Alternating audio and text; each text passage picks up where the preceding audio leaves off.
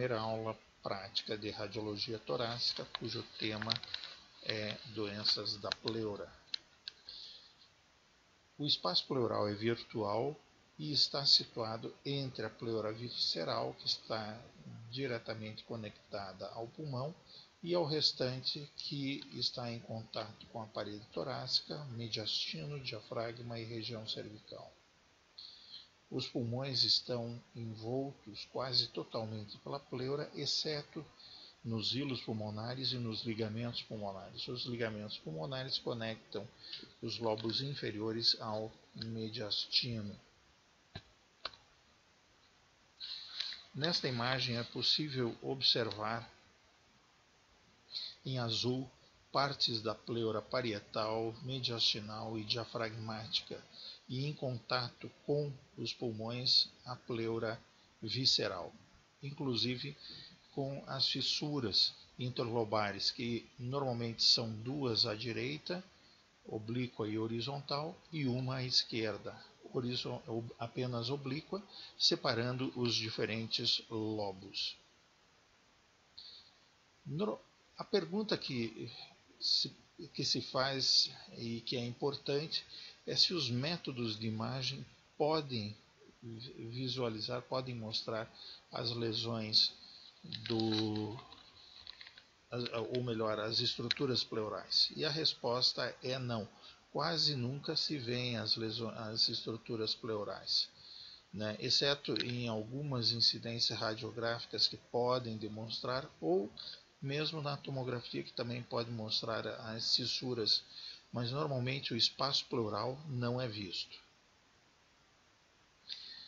Quando se pensa no espaço pleural, normalmente a gente imagina, como nessas linhas vermelhas, na periferia do pulmão, a presença da pleura. Mas nós devemos lembrar que o espaço pleural é tridimensional, ou seja, o espaço pleural está em volta, pela frente, por trás e ao longo das fissuras interlobares.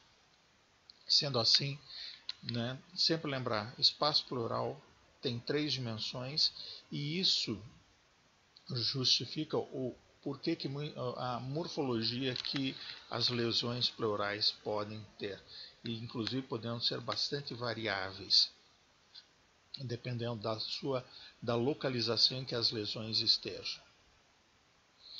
Com relação aos achados patológicos das lesões pleurais, é importante lembrar que pode ocorrer acúmulo de ar no espaço pleural, chamado pneumotórax. Podemos ter acúmulo de líquido, derrame pleural, que tanto transudato quanto exsudato. E é muito interessante ter em mente que a diferenciação entre transudato e exsudato é feita laboratorialmente e não pelos métodos de imagem.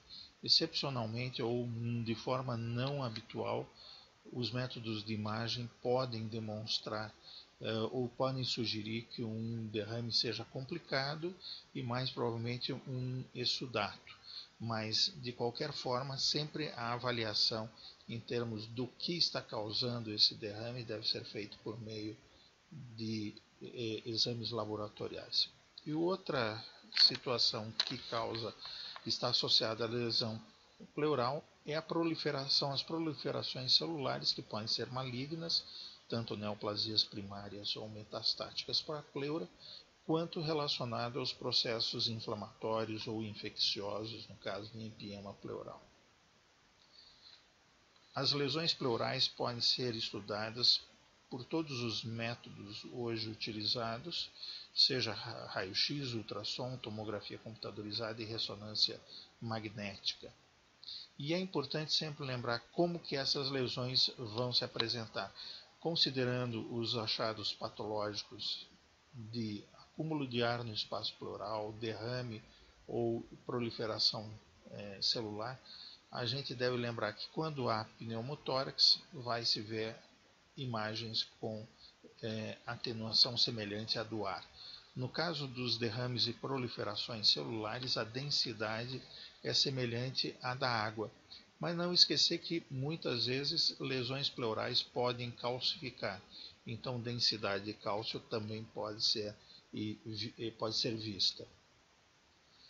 No caso específico do pneumotórax, é importante primeiramente lembrar que o pulmão ocupa toda a cavidade torácica ou o espaço de um hemitórax. E quando ocorre o pneumotórax, o espaço pleural ele está alargado e preenchido por ar. A quantidade de ar vai levar a um maior ou menor colapso pulmonar, né, associado então ao pneumotórax. Então, nesse caso, de um paciente que sofreu um trauma torácico, é possível identificar a superfície pleural, as setas vermelhas, separadas do gradil costal, e entre elas uma faixa mais escura com atenuação de ar, que é o pneumotórax, e o pulmão parcialmente colabado. O derrame pleural, quando presente, ele pode ter uma quantidade ou um volume bastante variável.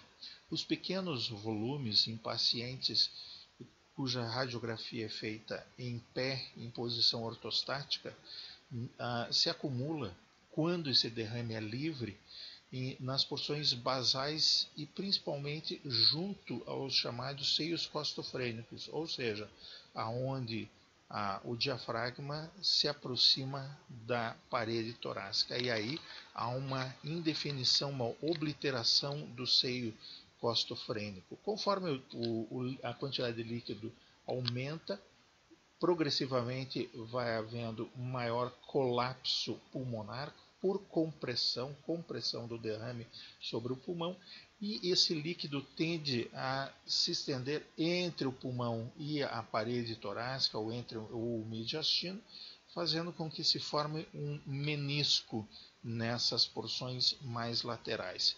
Então, estes são achados característicos do derrame pleural livre. Aqui nós temos uma radiografia de um paciente com derrame pleural. É possível ver uma opacidade na base pulmonar esquerda.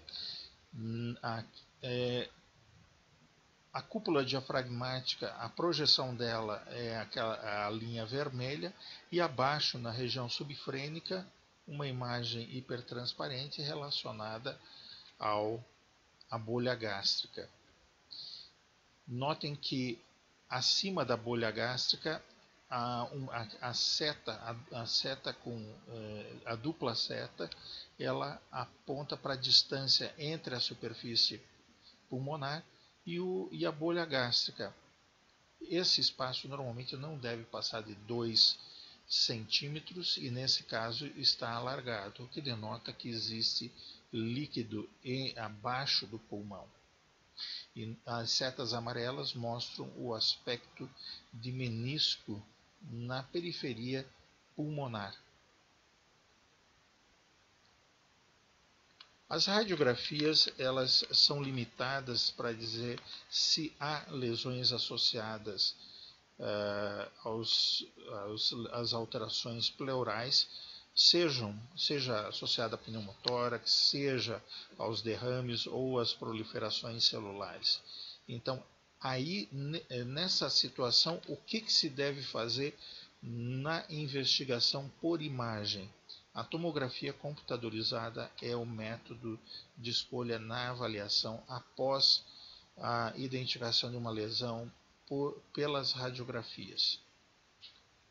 Esse é um caso onde nota-se que existe uma lesão envolvendo o pulmão direito com aspecto lobulado, ou seja, não é um aspecto de um derrame pleural livre como visto nas radiografias anteriores.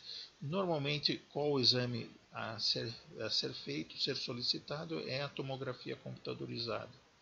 Outros métodos que eventualmente podem ser usados são ultrassom e ressonância, mas normalmente em situações mais específicas. Via de regra, identificaram-se alterações pleurais.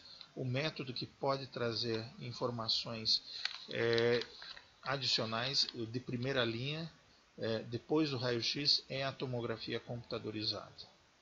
E nesse caso específico, é possível vê aqui o hemitórax esquerdo normal, tem o pulmão aerado, a pleura e espaço pleurais não são visíveis. Enquanto que o hemitórax direito é anormal, havendo um acúmulo de líquido, que é aquele material com densidade acinzentada, e as setas vermelhas apontam para imagens nodulares que representam implantes pleurais, ou seja, nós temos acúmulo de líquido, mas também imagens de aspecto sólido ao longo da superfície pleural. E nesse caso era uma infiltração neoplásica metastática.